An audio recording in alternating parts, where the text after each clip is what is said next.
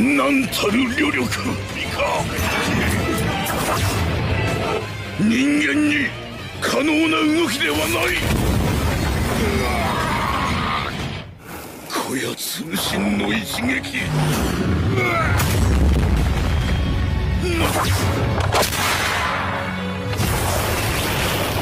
やったともっとよ。この陣にて我らは最後に大きな。これがどれほど危険なものか分かってるわ。ずっと見守っ。因果なことだ。いいえ、来たわね。Singkat cerita, mereka sudah selesai dalam misi mengalahkan troll hingga ke sarangnya dan akan kembali menuju ke rumah nenek penyihir. Namun tiba-tiba gas ambruk dan Sirke melihat luka pada dada gas yang sangat parah. Walaupun luka di jasadnya tampak sudah sembuh, tapi aslinya Rugas terluka sangat parah, cukup bahaya jika dibiarkan terus-menerus. Mereka harus bergegas menuju ke rumah nenek penyihir agar segera diobati. Hingga gas kembali tersadar dan mengaku tak apa-apa, pandangannya hanya sedikit kabur saja ungkapnya. Jelas Sirke yang mengetahui hal itu sangat heran pada luka pada gas itu hampir melemahkan ruh astralnya. Aturan luka seperti itu sudah membuatnya tak sadarkan diri, tapi entah kenapa gas masih kuat menahan rasa sakit tersebut. Dan Sirke bertanya, apa yang menyebabkan dirimu terluka gas? Jelas luka seperti itu bukan dari troll, ditambah word pelindung bisa ditembus. Pasti ada sebab lain dari serangan troll. Dan gas mengungkapkan bahwa ia baru saja mengalahkan sosok iblis yang berpura-pura menjadi malaikat dan ia baru saja tusuk dengan pedang besarnya. Jelas Sirke yang mendapat gambaran yang dimaksud gas membuat Sirke terkejut karena lawan gas adalah roh astral tingkat atas yang mustahil dilawan oleh manusia. Dan masih penasaran dengan pedangnya gas yang tampak energinya begitu kuat. Singkat cerita, mereka telah tiba di rumah dan Sirke dan lainnya harus kaget saat tempat itu sudah terbakar. Lekas berlari menyelamatkan nenek penyihir. Ya, dan jelas gas sudah bisa menebak ini adalah ulah para apostel pasukan iblisnya Griffin yang mau tak mau gas harus menyerang.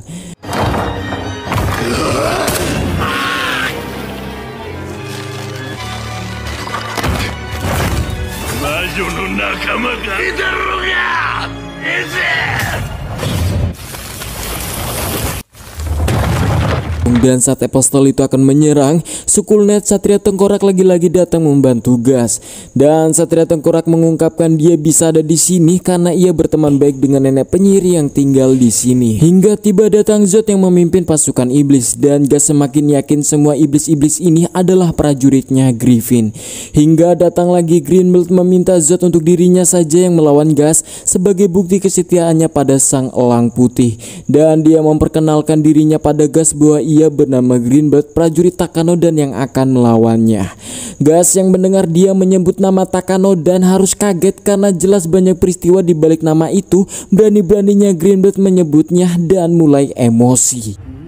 Takanodan da to.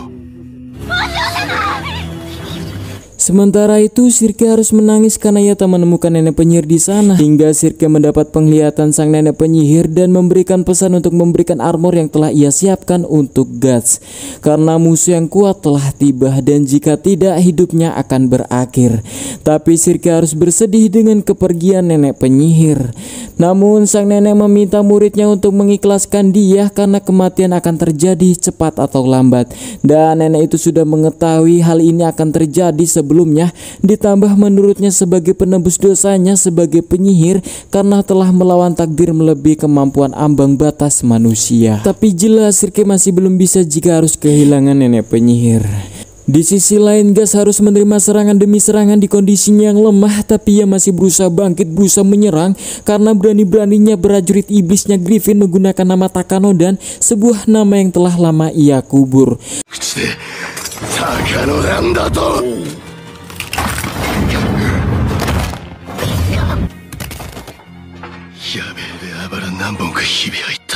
Sementara itu Sirke dan lainnya mereka harus melawan para apostel yang sudah mulai masuk ke mansion dan lekas menuju ke ruangan bawah tanah untuk mencari armor yang dimaksud oleh nenek penyihir.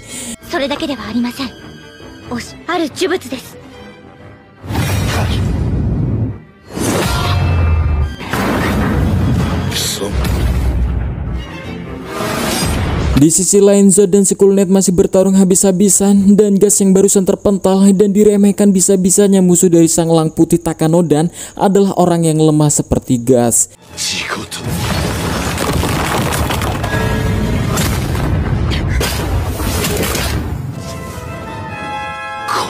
Ya, hingga ia terlempar dan saat ditembak dengan meriamnya, yang tapi golem atau monster tanah melindungi Gas.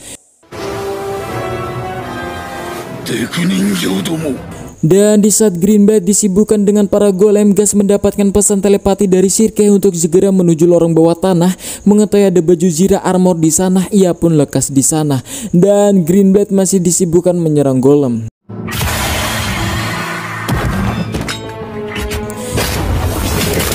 Sesampainya Gas sudah benar-benar tubuhnya tak berdaya dan Sirke yang masih ragu untuk memakaikan armor itu pada Gas mengetahui kondisinya Gas yang sangat memprihatinkan. Hingga para apostel yang sudah mengetahui keberadaan mereka, Sirke lebih memilih untuk menghentikan para apostel dahulu.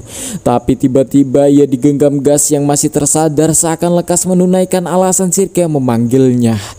Dan singkat cerita yang dipasangkan Zira armor itu ke tubuhnya hingga sosok apostel berhasil menembus tiba-tiba.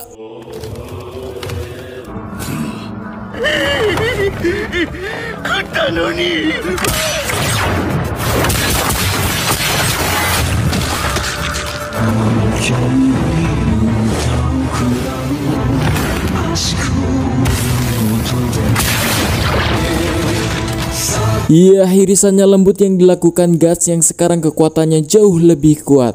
Sementara itu Zod yang melihat armor yang dikenakan Guts seakan mengenal benda itu dan berasumsi bahwa Satria Tengkorak menggiring Guts mengikuti jalannya seperti masa lalunya.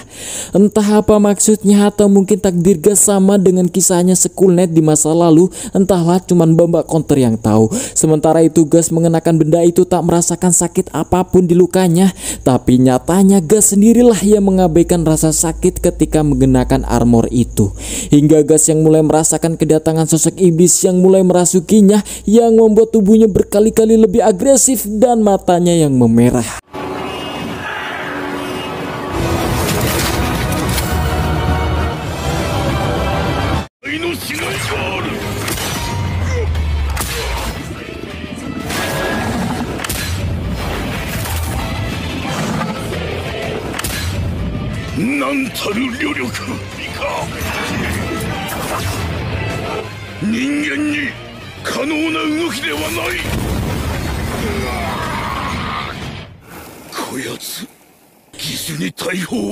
Ya, Greenbat atau Satria Naga harus kaget dengan peningkatan kekuatan drastisnya tubuh Gas yang membuat ia harus kewalahan setiap serangannya. Dan Sirke yang melihat hal itu menjelaskan bahwa saat Gas bertarung tanpa batas, Gas berada di bawah kendali armor itu. Dan hal itu bisa memicu dia merobek tubuhnya sendiri, dan sementara itu armornya hanya mengabaikan rasa sakitnya saja, membuat Gas masih kuat menyerang. Namun hingga dilakukan terus-menerus tanpa batas menggunakan armor itu, akhirnya ia akan mati kehabisan darah. Hingga tampak Gas yang sudah benar-benar armornya sudah berlumuran darah menyiratkan luka parah pada tubuh fisiknya. Namun di bawah kendali armor itu Gas tak merasakan apa-apa. Jelas hal itu sangat berbahaya. Namun Greenbat atau Satria Naga yang pantang menyerang masih menantang Gas untuk bertarung.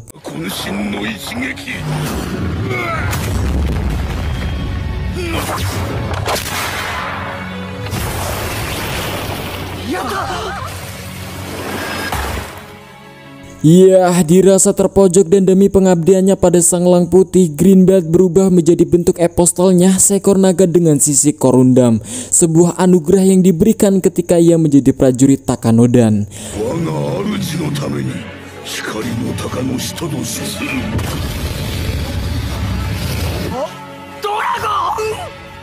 Lekas Satria Naga mengibaskan ekornya menyerang Gas.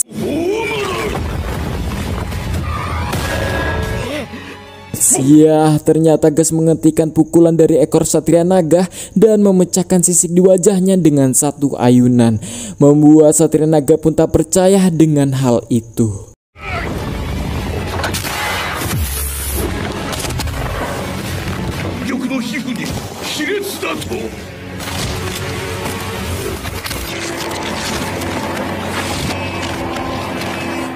Namun di sisi lain semua tulang di tubuh Gas sudah benar-benar patah, tapi Sirke menjelaskan dengan bantuan armor itu, armornya akan menebus daging dan menopang tulangnya Gas.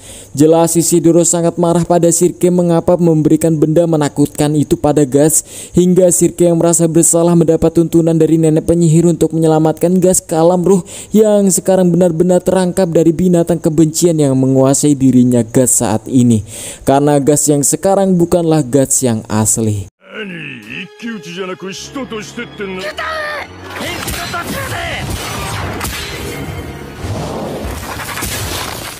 まあこの感触だか。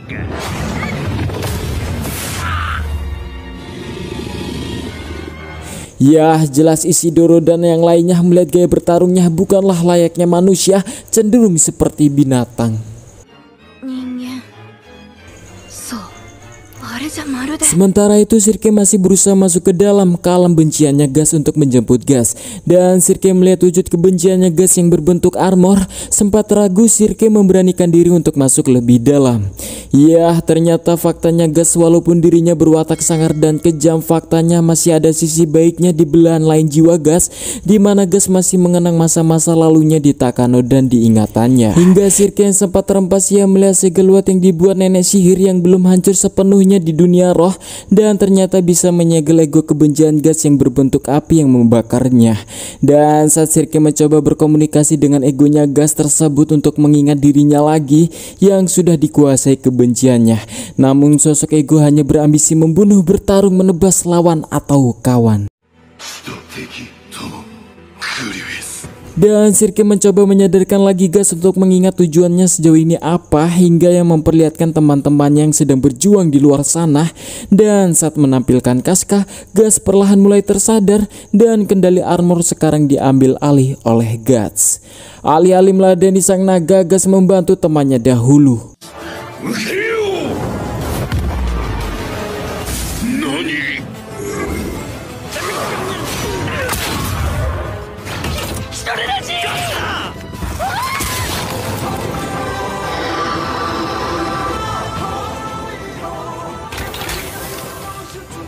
Ya, tampak Gas yang benar-benar sudah bonyok dan sudah tersadar dari kendali kebenciannya. Ya, tiba-tiba muncul roh dari nenek penyihir meminta Sirke dan lainnya lekas pergi karena tempat ini sudah tak bertahan lama, dan berpesan pada Sirke untuk menentukan jalannya sendiri, hingga Gas membawa Sirke kabur menjauh dari para apostel. Dan roh sang nenek akan menansang naga selagi mereka kabur. Berpindah di Waidem, tepatnya salah satu kotanya Midland, dan Jenderal Laban menemui sekelompok pasukan pemberontak anti Kushan, dan para pemberontak menceritakan kekejaman pasukan Kushan menyerang kotanya. Namun kabar baiknya Tuan Putri Carlotte masih hidup dan dikurung di kastil paling atas. Sempat senang karena pewaris terakhir masih hidup, hingga tiba-tiba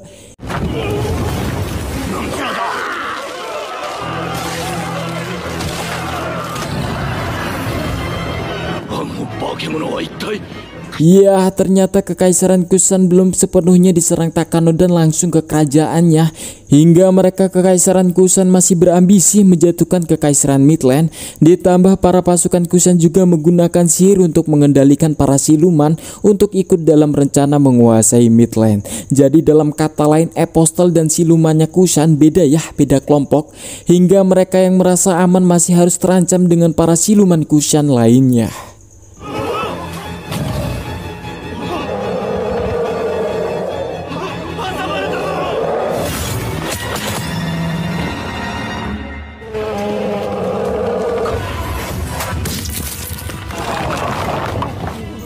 Iya, tiba-tiba para satria apostel Takano dan datang melumpuhkan siluman Kushan. Karena penduduk Midland bukanlah musuh Takano dan satria bulan Locus meminta para warga dan jenderal untuk berlindung dan bersabar karena akan datang peristiwa yang besar akan terjadi yang disebabkan sang elang putih.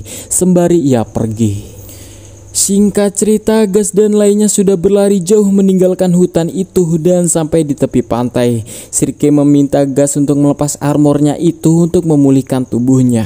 Namun Gas menolak karena menurutnya armor ini cukup meringankan rasa sakit di tubuhnya, cukup berguna.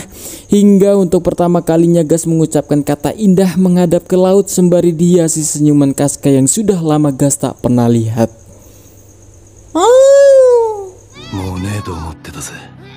Singkat cerita, beberapa hari kemudian Gas tubuhnya sudah hampir pulih kembali dan masih terus melakukan perjalanan menuju desa Nyapak, sebuah pulau bernama Skylake yang diketahui tak ada dalam peta dan tak mudah untuk menemukannya.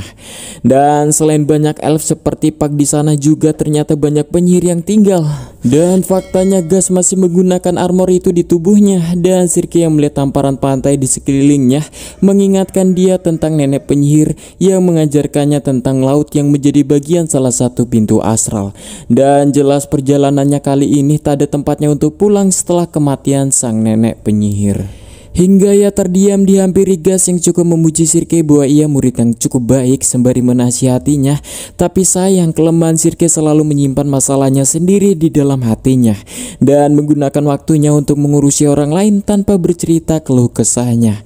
Jelas sifat seperti itu di saat masih bocah hanya membuat masa dewasanya hanya menjadi bobrok, suka pargoy. Dan jelas Sirke tersinggung tentang kesedihannya ditinggal gurunya. Menurutnya seorang penyihir yang ditinggal orang terdekat hanya berbeda alam dan bukan suatu dari akhir pertemuan, melainkan kehidupan yang kekal baru dimulai. Tapi walaupun dia penyihir, tetap saja Sirke hanyalah bocah yang punya hati yang masih bisa sedih ditinggal guru yang ibarat ibu baginya.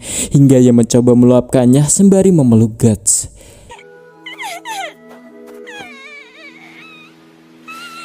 Singkat cerita, Sirke sudah merasa lebih baikan hingga secara bersamaan tiba-tiba partikel-partikel air laut yang tak kasat mata mencipat ke wajah Sirke. Begitu juga dengan Gas yang merasakan hal yang sama sembari senyum tipis. Dan hal itu membuat pipi Sirke memerah karena salting, dan Valeria yang menyadari Sirke sudah mulai akil balik dan dicecekan karena Sirke suka sama om-om ternyata. Dan hingga Sirke yang sudah tak bisa berbicara apa-apa, Gas berdiri menghampiri tamunya. Ya, Skullnet dan Gas berterima kasih atas pertolongan sebelumnya. Tapi kedatangan Skullnet hanya memberitahu bahaya armor itu karena bisa membuat menghilangkan apa saja yang dimiliki oleh Gas. Namun walaupun tahu bahayanya benda ini, Gas menolak untuk tunduk pada armor ini dan masih berambisi untuk mengendalikan armornya. Hingga Sirke menanyai Skullnet tentang apa hubungannya dirinya dengan gurunya, dan Skullnet menjawab bahwa mereka dulu saling berteman seperti Gas dan Sirke, dan melanjutkan memberitahu Gas bahwa energi dalam armor itu berbentuk api yang membara dan akan terus berkobar, dan jika walaupun Gas bisa mengendalikan benda itu, Gas tak boleh lengah jika dirinya masih ingin menjadi manusia. Ya, Gas berterima kasih atas nasihat dan sarannya dan menanyakan mengapa para apostel menyerang rumah nenek penyihir itu. Dan Skullnet mengungkapkan bahwa sekarang Elang Putih sedang menempatkan dirinya sebagai pemimpin dan mengatur susunan dunia. Dan bahkan tak ada yang bisa menandinginya dan membersihkan semua yang menurutnya adalah sebuah ancaman. Dan menurutnya keberadaan penyihir jauh lebih besar sebuah ancaman dibanding 10.000 pasukan musuh. Dan berpesan jika Gas masih bersikeras melanjutkan perjalanannya, harus bersiap menghadapi para apostel termasuk pemimpinnya. Dan mengungkapkan bahwa pulau yang dituju Gas terdapat raja peri yang sudah menunggunya. Ia bernama Hanafubuku, dan menambahkan dengan kemampuannya yang sangat kuat, raja peri bisa menyembuhkan Casca mengembalikan lagi ingatannya. Tapi Gas harus ingat, belum tentu harapan Gas juga sama dengan keinginan Casca, atau mungkin Casca ingin melupakan semuanya. Singkat cerita, di tengah malam Gas merasakan sesuatu akan datang dan tampak buaya-buaya siluman yang berusaha masuk.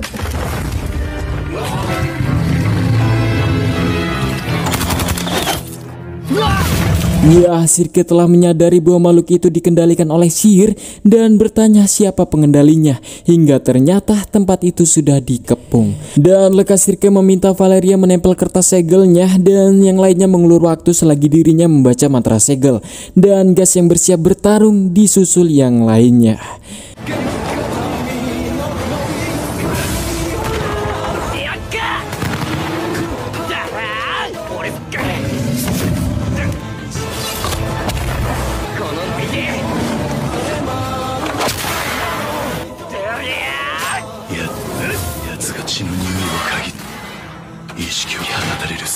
Di detik-detik Gas menebas para siluman, Gas merasakan api kebenciannya mencium bau darah musuh yang seakan ingin ikut bertarung.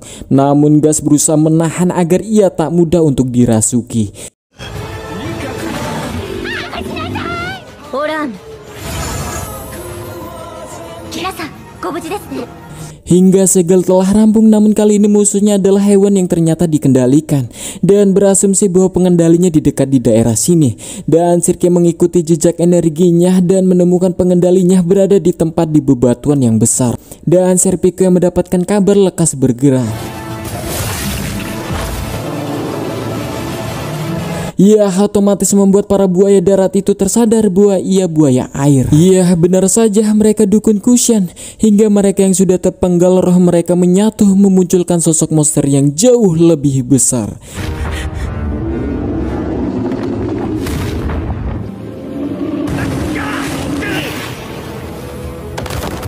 Ya, faktanya monster itu terlalu kuat untuk diserang sendirian hingga Sirke yang berhasil menemukan pengendalinya yang ternyata lokasinya tak jauh dari tempat kejadian, tepatnya di tengah laut.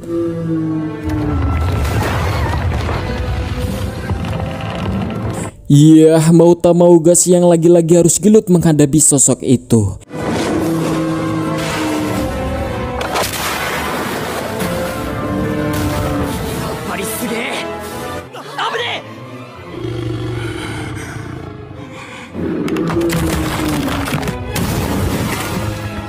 Dan hingga Gas yang sudah kewalahan dan merasakan darahnya sendiri, kebencian itu memberontak seakan ingin bertarung. Iya, saat sudah benar-benar Gas sudah dikendalikan, sosok itu lekas menyerang.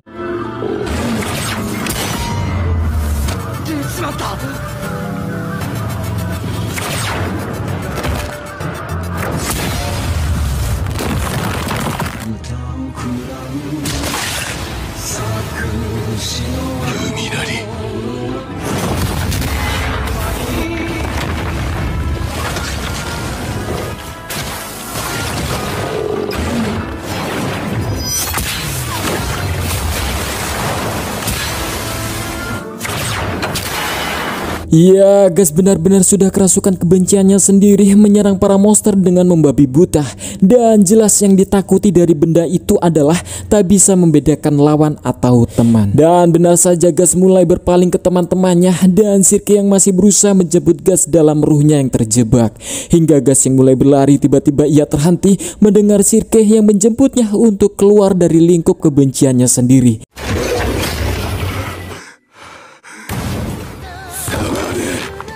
Iya, hingga Gas tersadar dan merasa gagal untuk menaklukkan benda ini.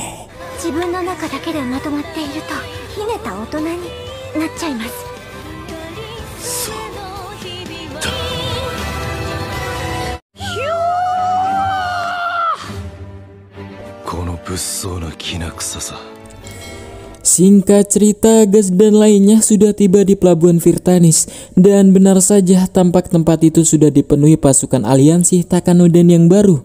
Membuat Gas bisa menebak semuanya pasti akan mati. Karena suasana seperti ini tak asing bagi Gas pengalamannya sebagai prajurit bayaran. Hingga mereka berusaha masuk melewati gerbang, Sirke dihadang oleh penjaga karena penampilan Sirke yang mencurigakan seperti penyihir. Karena pelabuhan ini masih di bawah kendali gereja tata suci. Namun dengan sedikit sihir, Sirke bisa melewatinya. Namun Isidoro yang merasa akan timbul-timbul lagi masalah selanjutnya, Isidoro meminta Sirke untuk ganti sementara pakaiannya yang lebih pada umumnya. Hingga Isidoro yang tak sengaja memukul topinya yang membuat topinya harus terlindas kereta kuda. Jelas hati wanita yang sangat tipis begitu mudah untuk merasakan sakit dan ia lekas pergi meninggalkan Isidoro.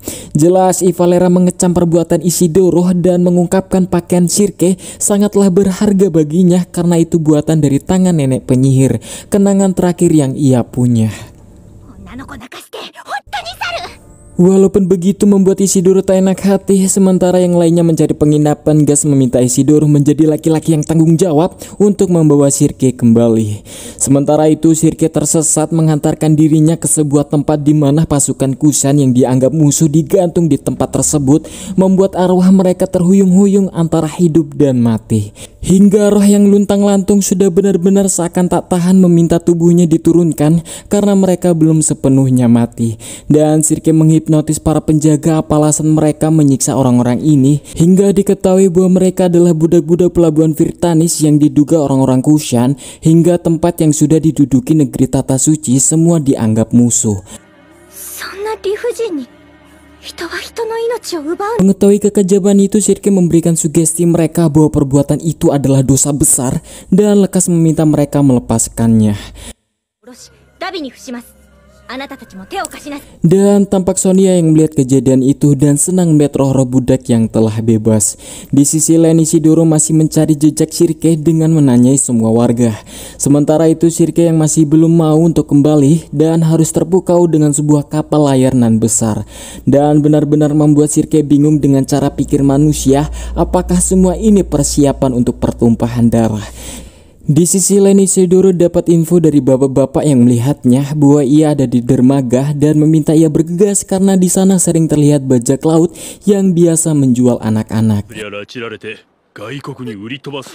Sementara itu, Sirke yang masih terdiam dihampiri oleh Sonia dan kagum bagaimana cara Sirke membebaskan para ruh Kushan dan sangat keren menurutnya, hingga menanyakan bagaimana penyihir kecil sepertinya bisa sampai ke sini. Dan Sirke menjawab ia sedang melakukan perjalanan dengan teman-teman lainnya, hingga pembicaraan yang semakin akrab menyenggol gas dan dia dicecekan lagi. 持ってる。ズバリ来いね。来い。そうなんじゃ。 Hingga sekelompok bocah berlari yang ternyata sudah dihadang para bajak laut yang akan menjual mereka. Dan lekas Sirke meminta mereka untuk melepaskan semuanya. Ya, hingga mereka menyerang, Sirke menghipnotisnya membuat ia mematung dan Ishidoro yang telah tiba.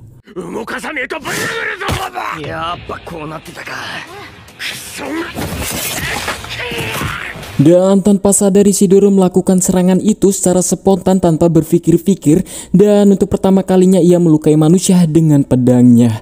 Hingga Sirke yang berusaha membantu, tapi Ishidoro menolak dengan telepatinya agar dirinya bisa terbiasa dengan situasi seperti ini. Ditambah Sirke harus terkejoet dengan Sonia yang mendengar percakapan telepati mereka, menyadari Sonia adalah anak Indihome.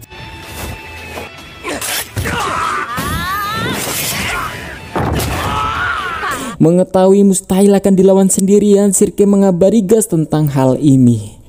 Iya, tiba-tiba datang Miol muncul ikut dalam menyerang bajak laut perusuh pelabuhan. Dan tak mau tinggal diam, Ishidoro lekas ikut menyerang.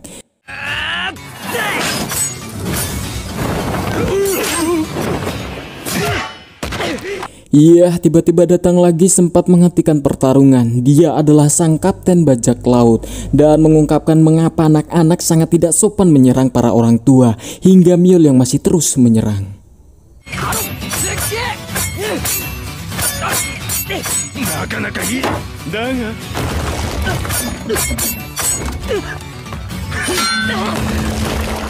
Iya, akhirnya Miol juga harus terpojok dan beruntung pertarungan diambil alih oleh Ishidoro.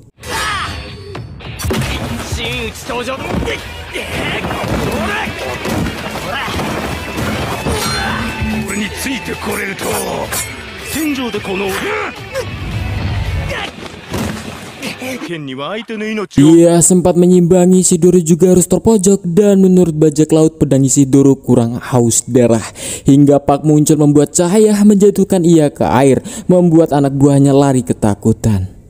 Singkat cerita, semuanya anak-anak telah selamat dan Ishidoro mengembalikan pedangnya Miol yang sempat terjatuh dan saling mengejek gaya bertarung mereka.